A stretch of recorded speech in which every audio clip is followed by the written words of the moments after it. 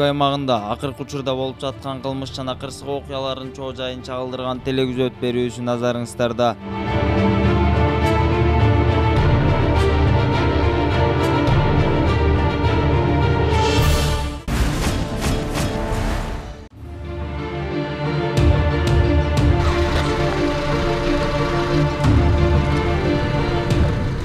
Сиздер көрүп турган кара түстөгү Honda үлгүсүндөгү унаа Чүй облусунун Москва районунда жүргүзүлгөн рейдтин жүрүшүндө айдоочусу мас абалында деген шек менен инспекторлор тарабынан токтотулган. А ну хоть от машины есть документы у вас?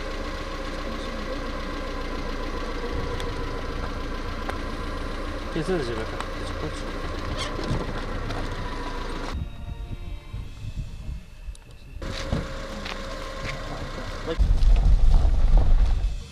Текшерүү учурунда жанында тийиштүү документтери да жок болуп чыкты. Абалын аныктоо үчүн жакынкы наркология бөлүмүнө жеткирилди. Неге экен? Себеп? У меня нет лицензии. А? У меня нет лицензии проводить.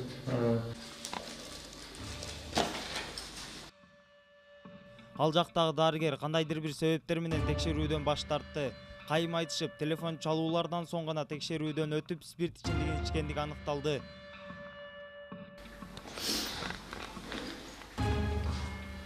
Засвидетельствование.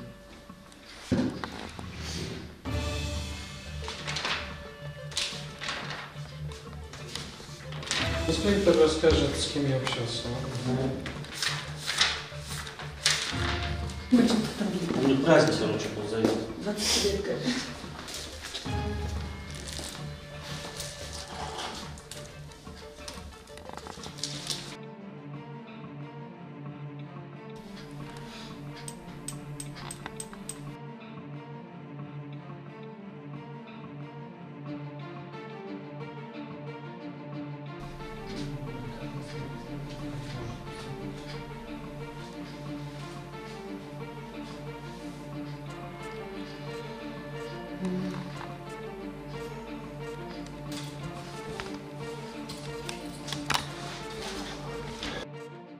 Тийиштүү чаралар көрүлүп, унаасы айып короосуна токтотулуп, протокол түзүлдү.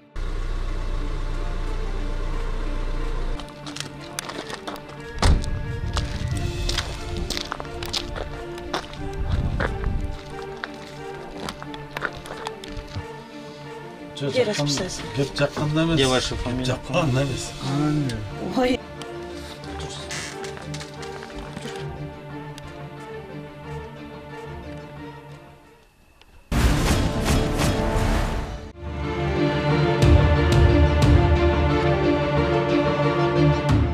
Ал эми бул ак түстөгү Mazda үлгүсүндөгү автоунаа айдоочусу авто бейбаштык кылган жеринен колго түшүрүлгөн. Айдоочу мыйзам бузуу фактысын четке кагып, инспекторлорго каршылык көрсөттү.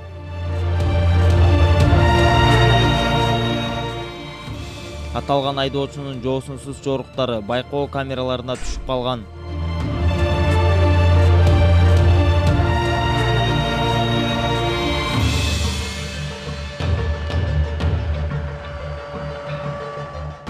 Телефон чалуу аркылуу жоопкерчиликтен качууга аракет кылганынан эч кандай майнап чыкпасына көзү жеткен соң коюлган талаптарга баш ийди.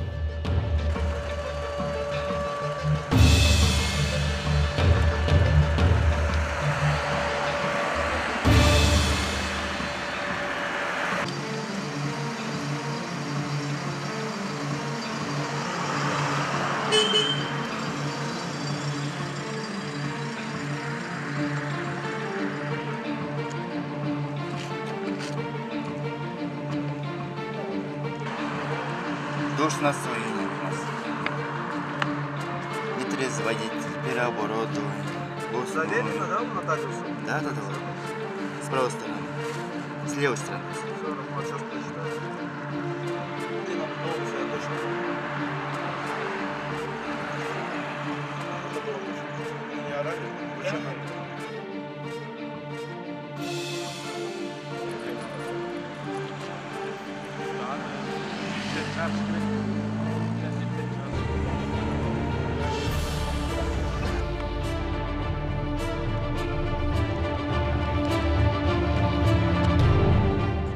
Унаа айып короосуна токтотулуп, айып кагазы толтурулду.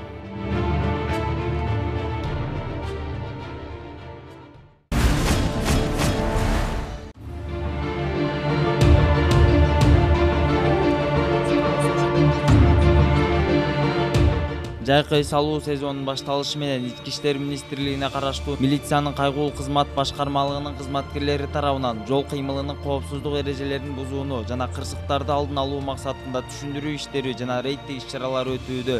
Урматтуу айдоочу, өзүңүздүн жана жакындарыңыздын коопсуздугунун жоопкерчилигин сезип, өзүңүздү жакшы эмес сезип турсаңыз жолго чыкпоону жана жол кыймылынын коопсуздук эрежесин сактооңузду суранабыз.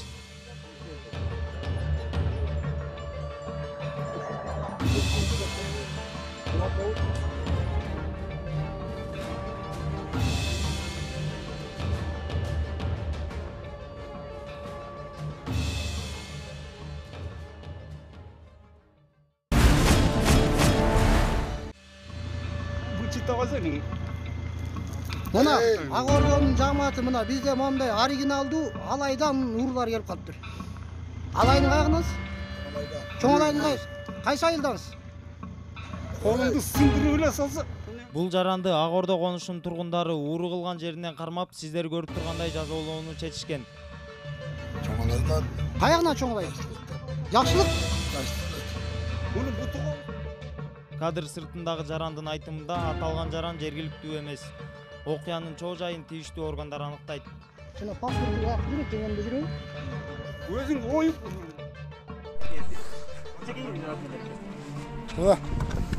Мындай ботинкаңар 161дин конечныйдан келип алып кетти. Ким үйүнөн ботинка, телефон жоголсо.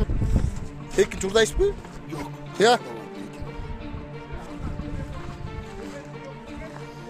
Коду пароль бар экен.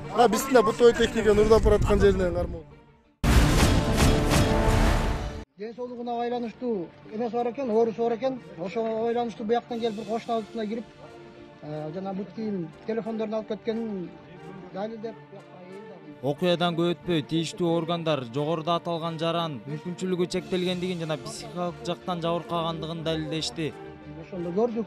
Бул адам биринчи жолу. Ошол маселе болду. Мындай үй бүлөсүнөн бир туугандарынан биз мындай сурап көрсөк, бул өзү кичине ооруп калат экен. Эми баштан оорушун деп коюш керек экен. Эми ушундай бир убакта өзүнүн эстигин жоготуп жүргөн учурлар болуп калат экен да. Анан ошол азыркы тууган мүлүктөрдү айтып атышат, эми өзүбүздүн көзөмөлүбүздө болот, карап турабыз деп. Шу, муну аксакалды кечирели. Албетте көзөмөлдөгөн үчүн бүгүн Жергиликтүү тургундар кылмышка шектүүдөн кайрадан кечирим сурашты. Тергөө иштери уланууда. айылдын эли да бул кишини билбегендиктен жанагындай кызуу кандуулук кылышты. Аны да кечиргиле. Анан чоң алайлыктарды аябай сыйлайбыз, билебиз. Ал жактарда кандай жакшы бир намыскөй патриот адамдар бар экен.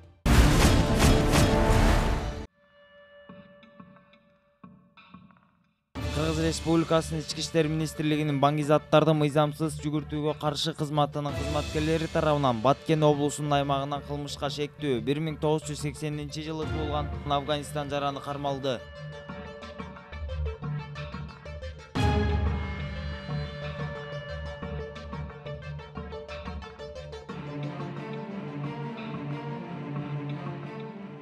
Аталган жаран жалпы салмагы 16 кг 492 грамм болгон баңгизаттын Кыргыз Республикасынын аймагына алып өткөн.